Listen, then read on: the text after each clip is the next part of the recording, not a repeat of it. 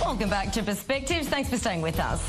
Well, the American government has found itself in yet another confrontation with a key ally.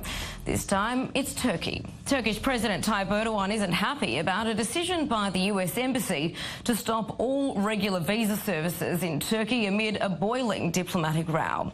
It comes after the arrest of a Turkish national working at the US consulate in Istanbul last week over alleged links to the Muslim cleric believed by Turkish authorities to be behind that failed military coup in the country in July 2016. Now, Turkish prosecutors have now issued a new arrest warrant for another US consulate worker in Istanbul. The row has already sent Turkey's stocks tumbling. Here's Turkish President Tayyip Erdogan. Turkey is a state governed by the rule of law. We are not a tribe, and we are not a tribal country.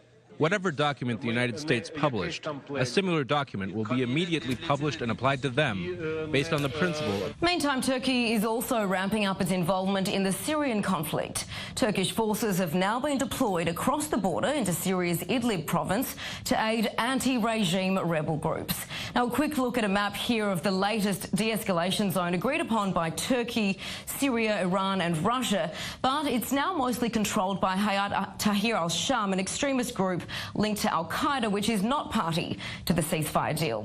Now, there's concern the move by Turkey could spark further violence in the conflict-ravaged area. For more, I'm joined by Middle East analyst and senior fellow at the Security Studies Group, Matthew Brodsky. Matthew, thank you so much for being with us as always. Great to be here. Let's start with the first issue that we touched on. Give us your perspective on this visa crisis. How do you see it playing out? Well, Turkey has certainly not been acting like a friend to the United States. And they've learned a lot from the Iran model, not just in the form of taking hostages, which, of course, is something Iran has liked to do to Americans ever since the revolution.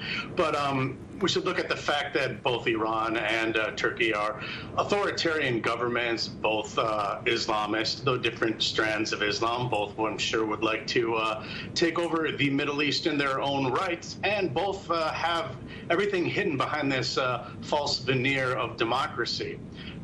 Turkey has had a problem with picking the wrong horse frequently. They did that with the Muslim Brotherhood when that was the fashionable thing a few years ago, and that turned out not to be the right horse again with Egypt. So I see them making a temporary partnership as a junior partner to Russia and to Iran, and I don't see it lasting a very long time. They will end up again with the short end of the stick, as they tend to do. All right, now being NATO allies, how unstable is this rift? What kind of an impact could it have?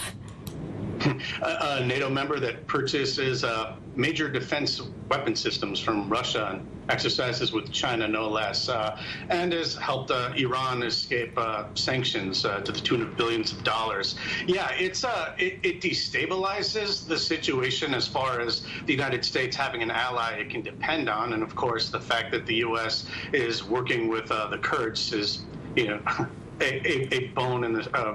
a bone of contention as far as Turkey is concerned. But Turkey's perspective, in the northwest of Syria, what their main concern is A, having a seat at the table, so they're trying to ensure that, and B, it's to protect against any gains from the Kurds. And they're really not going against Hayat Tahrir al-Sham.